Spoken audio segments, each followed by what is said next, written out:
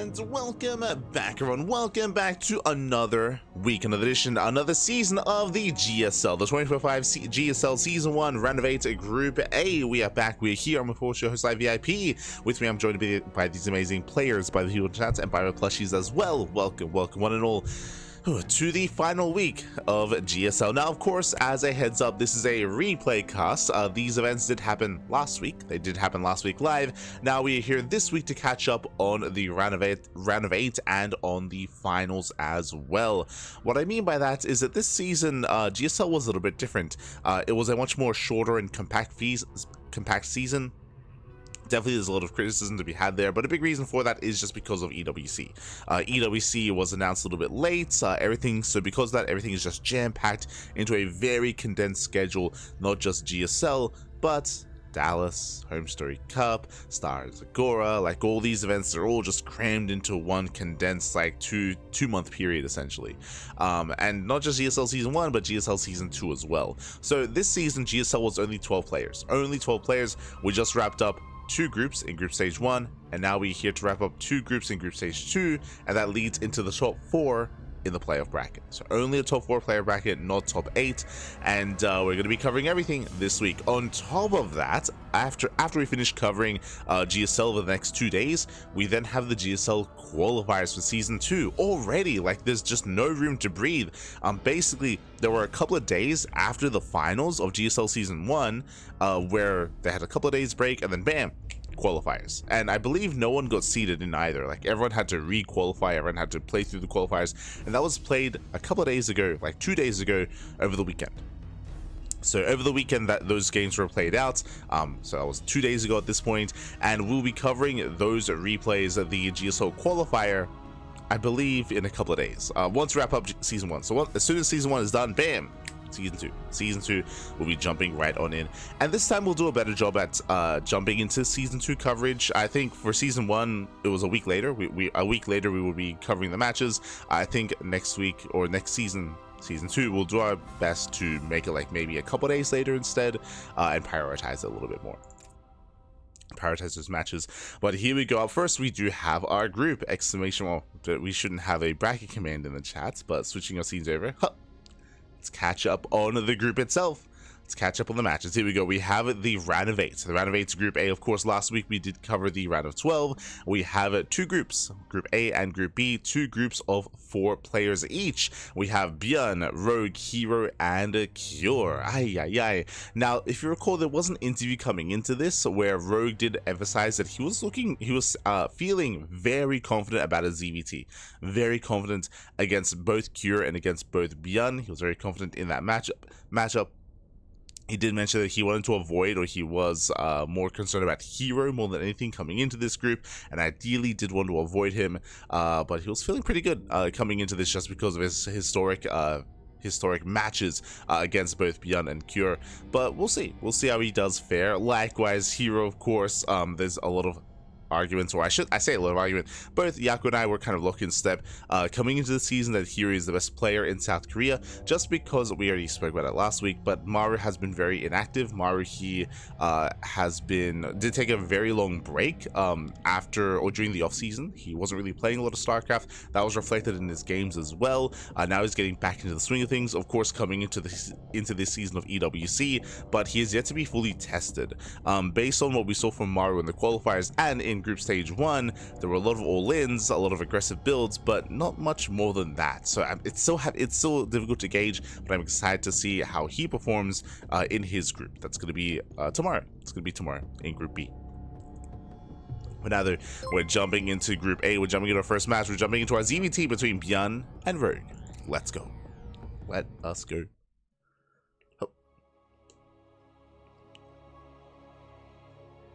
As Game 1 is going to be on Tokamak.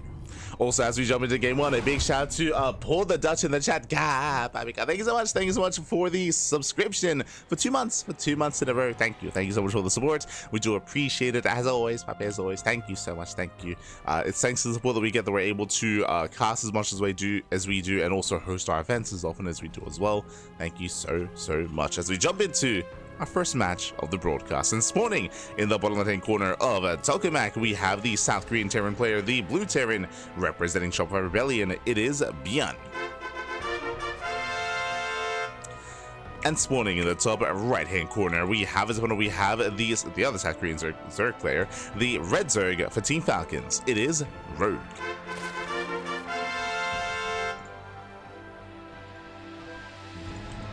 Go.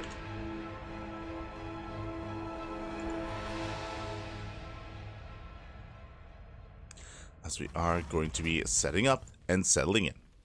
From here, we do have initial openers here. When it comes to Rogue style in ZVT, I want to say, generally, Rogue, he does go for longer macro games. His goal in ZVT is to survive the early to mid game, is to weather the storm and get into his lunkers. That's where he can really thrive. That's usually how he approaches things, but welcome to GSL. This is a more preparation style format, especially for the group stage, less so for the playoffs. We'll get into that in a couple of days. But for the group stage, it is about preparation-based content, as in you do know ahead of time who you're up against. So coming into this, because of that, Rogue actually was hyper aggressive. He was hyper aggressive against Trigger last week, and he was very much so in the face of his opponents, and we might see him adjust as a result. It's hard to say. I'm always excited to see if our players come in with anything prepared, with anything ready for their opponent in GSL, or just standard play. Good.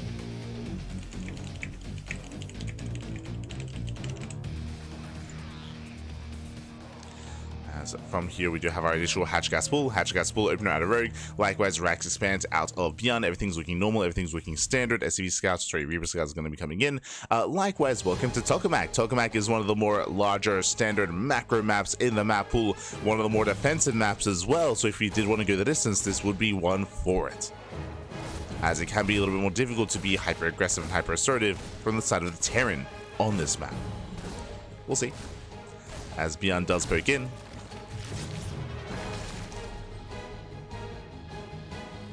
poke in. Third base is being taken towards the left-hand side. Rogue just happily expanding, happily mining. It's going to be on Rogue to keep up with the Reaper. Reaper does get one Link kill so far, but just the one Zergling.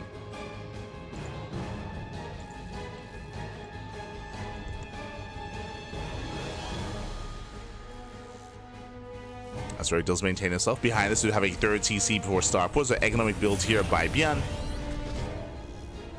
Does go for an economic opener. To add-on swap into what should be Hellion Banshee. We'll see if he does go for the Tech Lab into add-on swap, or if he does go for, say, a Viking first and go for faster stim. We spoke about a lot about how Rogue likes to prefer things, but likewise, ByuN is also typically very aggressive, very bio-heavy, going for a drop play, going for his early pushes. He's also one to A-Rax from time to time, true. Is one to embrace that.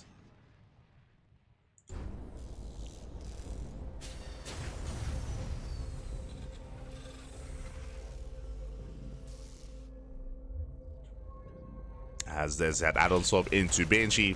Oh, faking out Cloak, okay. So not going to invest as hard. There we go, does cancel Cloak, or does cancel the perceived Cloak. Trying to fake out his opponent.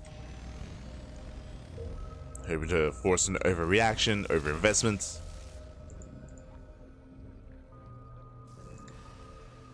So from here we are settling in. Likewise, it's going to be on Rogue to actually establish a kind of foothold here out on the map and spread creep out in towards the center. It's going to be on ByuN to maintain control of the creep and to make sure that doesn't happen.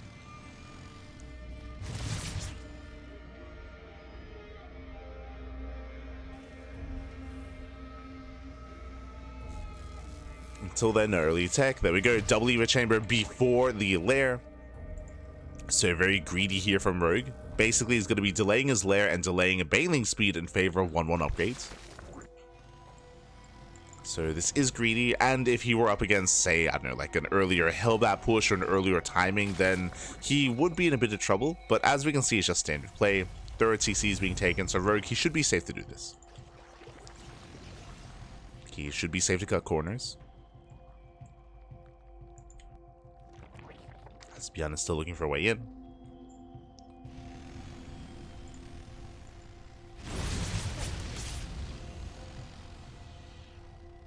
Let's pick forward. behind this 3-1-1 setup. Stim is on the way. Banshees move out towards the left-hand side. And from here, we should be seeing our Lair. Yep, there we go. Lair is now on the way for Rogue. Soon to be Baneliness into Baneling Speed into Ling Bane. Nothing crazy.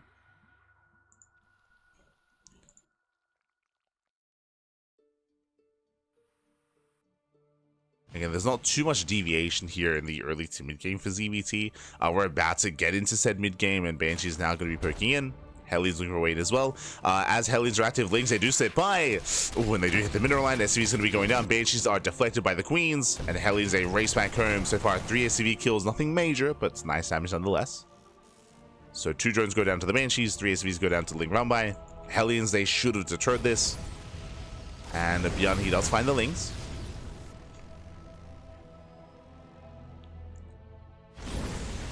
Does find them. Lings, they race back home.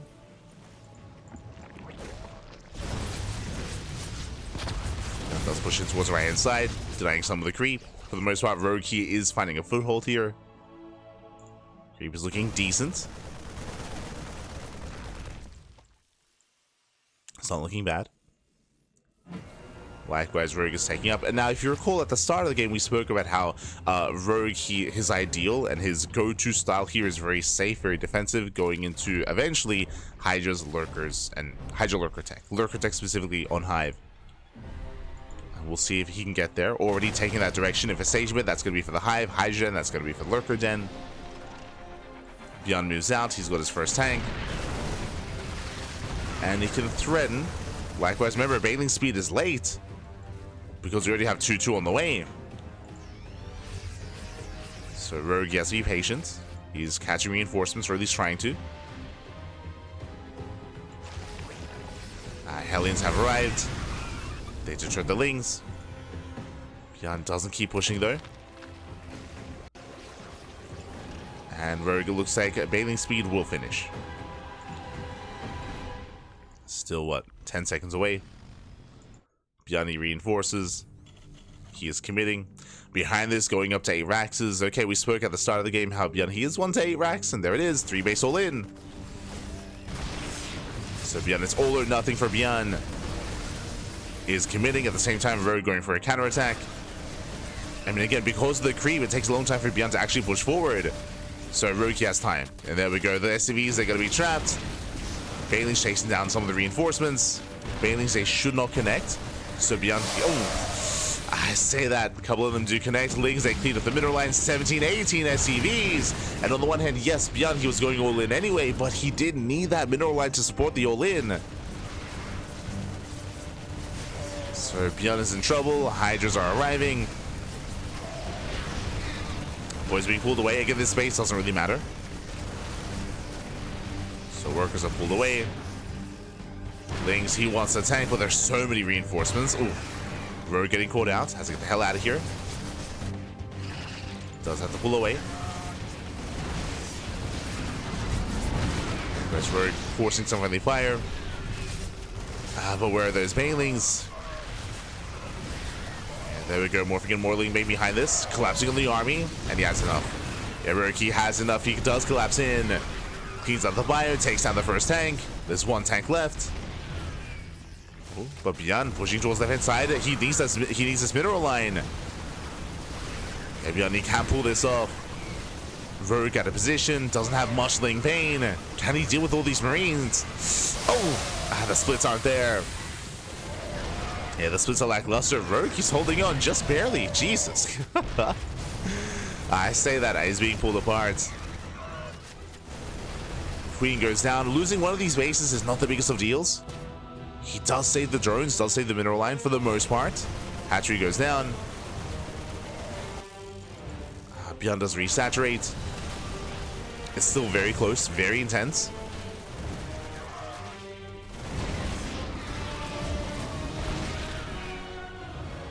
As a Rogue, now he has less space to defend. He's on 4, but this hatchery is so incredibly low. And you can see him making the Lunkers. That is his win condition. Lurkers will end the game, but he needs a little bit more time. And there's the stim. He wants it. Oh, nice Lurker. Denies the lurker, trades against Hydras. Hydras are going down. These are expensive losses here for Rogue. Ling run by at the same time, but Rogue, he's being broken. He's being broken. Looks like ByuN barely has enough. The lurkers have arrived. Are they going to be enough though? They're out of range. Oof, and that is a death. That is a kill in the 4th. Mineral line as well. At the same time, Ling Rambai does get 17 SCVs. That was 17 drones going down. Lurkers have to pull away. Flush transfuse. Gets one. Takes out one lurker.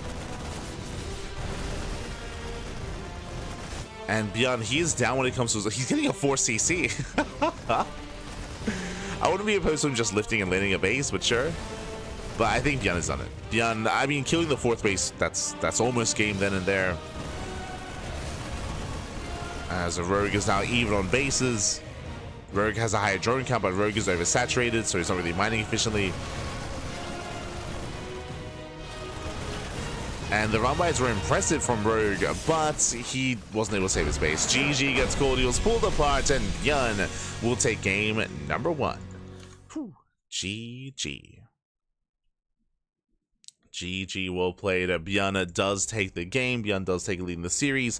Again, Rogue, initially I was very fond of the Ling run-bys and Ling counterattacks. And again, as I was mentioning, him losing a base was fine. But the problem was that ByuN wasn't just killing one, he was killing both at the same time, right? He was able to go for a split push, able to strike the 4th and the 5th expansion. The creep was lacking on the left-hand side, so that's why it caught Rogue so off guard. He had nothing to scout, he had nothing in position, he had no vision.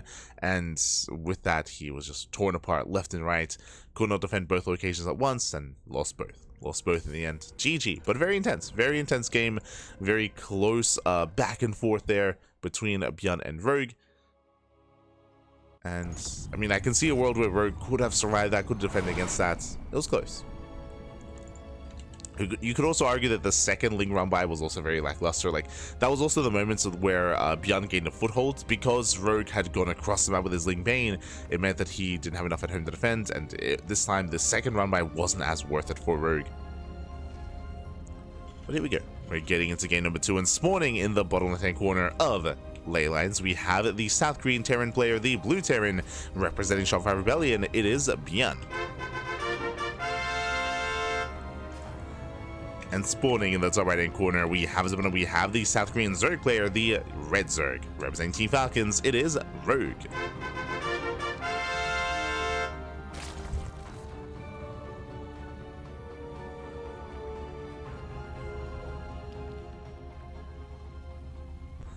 Here we go. Oh, so do calm down as we do settle in. Again, ByuN taking a lead in the series. Now, I don't expect ByuN to A-Rax 2 games in a row. So far this season of GSL, the group stage was full of all-ins. I think we spoke about this last week, how I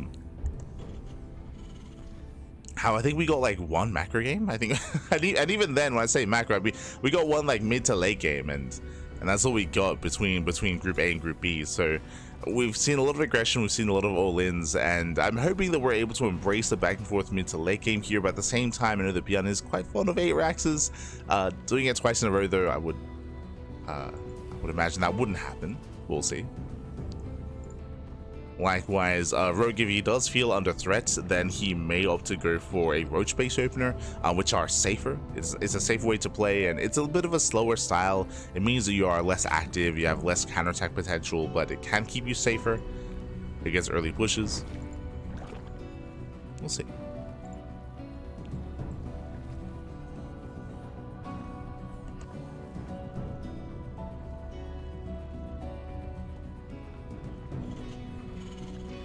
So now we do have our ranks into factory, back at home.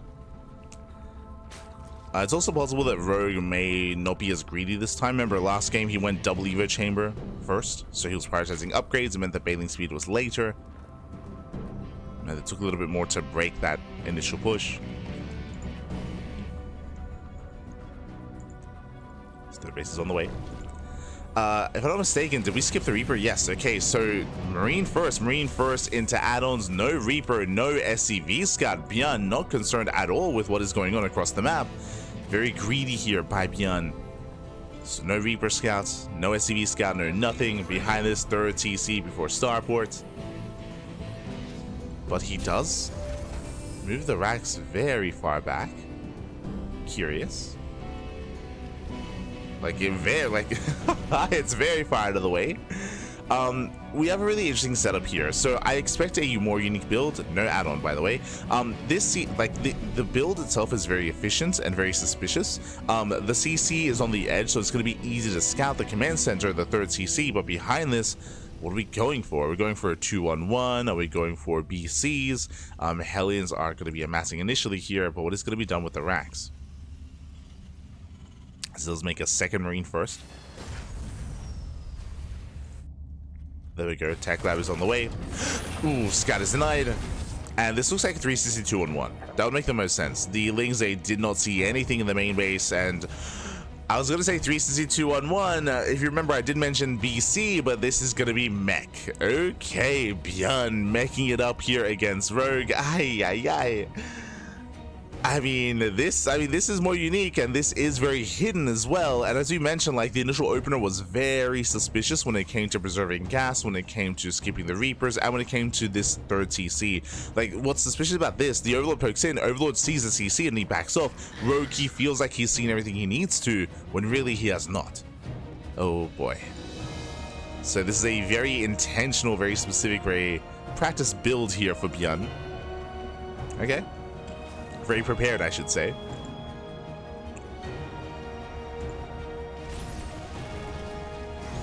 But again, the CC placement makes plenty of sense now.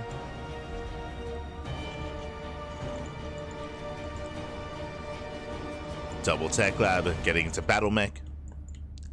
Armory is on the way. You know, if this armory was sooner, then we could have seen like a Thor drop setup, which would have been amazing. But for now, it is going to be Battle Mech. We have Mech Field Accelerators, Cyclones, Hellions.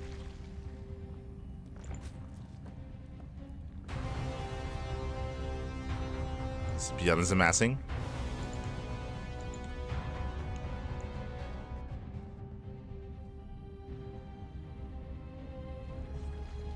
And for sure, this is the influence of other Terran players in Korea. When it comes to mech, like, we've seen it from players like Maru, sorry, not Maru, actually, no, yeah, we have seen it from Maru, from Gumiho, from Ryung, from Clem. But it's very rare to see this from ByuN. I don't expect this to be a build that he whips out often, by the way. But for something like a GSL group, then sure. Whip it out.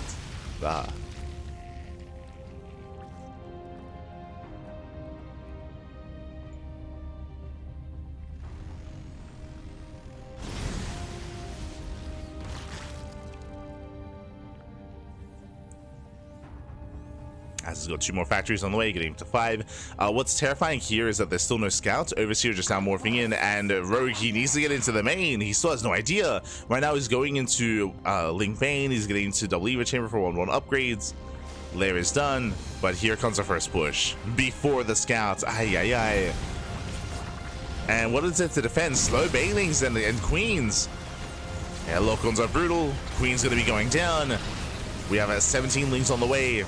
Needs a little bit more time. Ooh, this Queen does overextend. Queen goes down. Lings still building up. There just aren't enough Lings here to engage. Is this just game? the Queens are pulling one after the other. Banelings waddling in. Oh, ooh, and they will connect. Yeah, ByuN does overextend for a moment. He bleeds out, what, 3 Hellions? But only the Hellions. The Cyclones are preserved. And he's getting on top of the Queens. He's getting on top of the Queens. Banelings out. Oh, they crash in once again. They take down more Hellions.